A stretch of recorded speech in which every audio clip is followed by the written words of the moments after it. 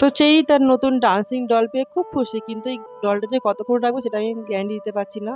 তো আমার জিজু এসে গেছে, যেহেতু সোহানের বার্থডে, কেকটা কাটাবো। তো জিজুকে সকালে আসতে বলা হয়েছিল, কিন্তু জিজু কিছু কাজ ছিল বলে আসতে পারেনি। তো একবার সন্ধ্যেবেলা জিজু চলে এসেছে, তো কেকটা কাটা হবে এবার। আর সোহানের জন্য নিয়ে এসেছিল এটাই কাঠ। সোহান যেহেতু কার ভালোবাসে, তো সোহানের জন্য কাঠ নিয়ে এসেছিল, আর চেরির জন্য এই ডান্সিং ডলটা নিয়ে এসেছিল।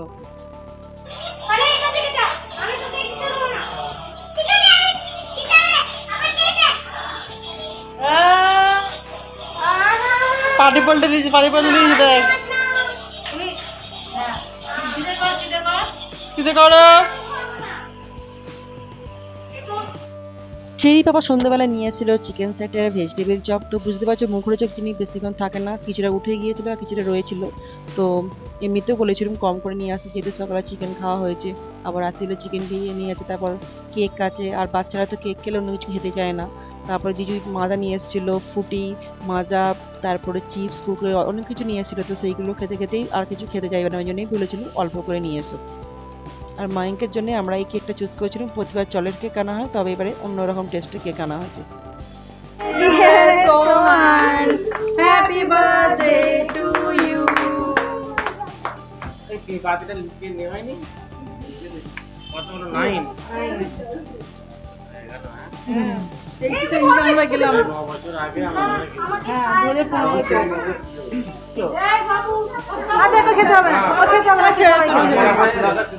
তো বার্থডে বয় কেক কাটা হয়ে গেছে। তো চেরি কি বায়না করছিল জানো, সোহন দাদা না কেকটা আমি কাটবো, সোহন দাদার বার্থডে কিন্তু কেকটা আমি কাটবো। চেরি বায়না না দিন দিন অন্য লেভেলে চলে যাচ্ছে। তো যাই হোক, চেরিকে অনেক বুঝিয়ে কেকটা কাটা হয়েছিল।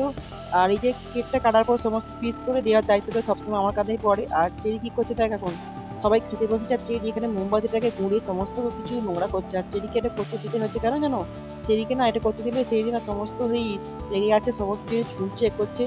যেই দিন বায়না আর জেদটা বড্ড বেশি বেড়ে যাচ্ছে, কেন কি জানি, চেরি বেশি ভালোবাসা পাচ্ছে বলে, সেই জন্য হতে পারে। তো যাই হোক, চেষ্টা করছি চেরিকে রাগটা জেদটা কমানোর। তো নেক্সট মর্নিং দেখো কি অবস্থা ডলটার, উপরটা পুরো খুলে ফেলেছে। তো জানি না এইটাও কতদিন টিকবে, দেখি চেরি ভুলে গেলে এটা তুলে রাখবার চেষ্টা করব। তো এখন চলে এসেছি কিচেনে আর করছি রান্নার প্রিপারেশন। যেহেতু বৃহস্পতিবার আমাদের নিরামিষ হয়, আর আমার দিদিরাও নিরামিষ খায়, তো বললা যে ভাত করতে পারলে লুচি পরোটা কর। আর দেখো চলে এসছে 1 প্যাকেট ভর্তি চপ। তো আমার দিদি না চপ খেতে খুব ভালোবাসে। আর দেশে এই চপ ওখানে পাওয়া যায় এরকম ধরনের, কিন্তু অনেক দূরে পাওয়া যায় বলেও আনতে পাওয়ার সুযোগ হয় না, খাওয়ার সুযোগও হয় না। তো ওই জন্য ভাবছি টিফিনে চপ মুড়ি দেবো। আর দেখো এদিকে আলুর দম রেডি। আর এই ফুলুরিটা প্রতিবার আমার পাতেই পড়ে। আর ওবেলা ভাবি নিরামিষ চাউমিন করবো, তো চাউমিনটা সিদ্ধ করে রেখে যাবো, আর যেই দুধটা ফুটে রেখে যাবো। যাচ্ছি কোথায়, তো যাচ্ছি শপিংয়ে। তো আমার দিদি যখনই হায়দ্রাবাদ থেকে আসে প্রতিবারই কিছু না কিছু শপিং করে নিয়ে আসে। তো এবারে সুযোগ হয়নি, তো বললো তাহলে চল সবাই মিলে একসঙ্গে গিয়ে শপিং করে আসি। তো সবাই মিলে একসঙ্গে মজা করতে করতে চলে এসেছি শপিং করতে। আর চেরি এসে নিজের জামা চুজ করতে ব্যস্ত, আর চেরির মাসিরা চুজ করছে চেরির জন্য জামা। তো ওরা এত জামা দিচ্ছে, আর চেরি দেখো প্রতিবারই এসে না এই ড্রেসগুলো কিনবো বায়না করে। তো আমি বলি এগুলো তোর থেকে সাইজে বড়, যখন বড় হবে তখন কিনে দেবো। তো এখন দেখছি কুর্তি, আর ভাবছি না ডেলি ওয়ারে কুর্তি নেবো। হেভি ওয়ারে কুর্তিগুলো না বড্ড ভালো, মানে সবসময় পরা যায় না, টুকটাক বেরোলে ওই হালকা হালকা কুর্তিগুলো বেশ কমফোর্টেবল হয়। তো সেই কুর্তি দেখছি। আর আমি না কিছু কিনতে গেলে যেন কত কনফিউজ যাই। তো রিয়াকে বলছি তুই চয়েস করে দে, চয়েস ঠিক করে দে। তো এত শপিং করে আমরা না প্রচণ্ড টায়ার্ড হয়ে গেছি।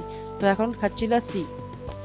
তো আমরা এখন সবাই মিলে খাচ্ছি লাস্সি, আর চেরি বায়না করে চেরিও খাবে লাস্সি। তো চেরিকে একটা গ্লাস কিনে দেওয়া হয়েছে, তবে চেরি খাবে বলে মনে হয় না, চেরি একটু দেখে আমাকে দিয়ে দেবে। তো আমরা শপিং করে চলে এসেছি ঘরে, এসেই গরম গরম পরোটা করে নিচ্ছি। আর চেরি বাবা দেখো ভাত ঘুম দিচ্ছিল। তো চেরি বাবাকে ডিস্টার্ব করে ফেললাম। তো চেরির জন্য ভাত করেছিলাম, আমার জন্য ভাত করা হয়েছিল, কিন্তু চেরি বায়না করে বলে আমি পরোটা খাবো মাসিদের সঙ্গে। তো মাসিদের সঙ্গে পরোটা খাচ্ছি, এদিকে রিয়া খাচ্ছে ভাত। আর কালকে চিকেন খিচুড়ি রয়ে গিয়েছিল, আর আমি না নিরামিষ ভাত খেয়েছি। পরোটা ঠিক আমি যত ভালোবাসি না, আর খেতেও ভালো লাগে দুপুরবেলা। তো এখন বিকালে আমরা খাচ্ছি লাস্সি। তো খিচুড়ি লাস্সি কিনে নিয়ে আসা হয়েছিল, তো সেইটা খাওয়া হচ্ছে সবাই মিলে। আমরা গরমে ঠান্ডা ঠান্ডা লাস্সি খাচ্ছি।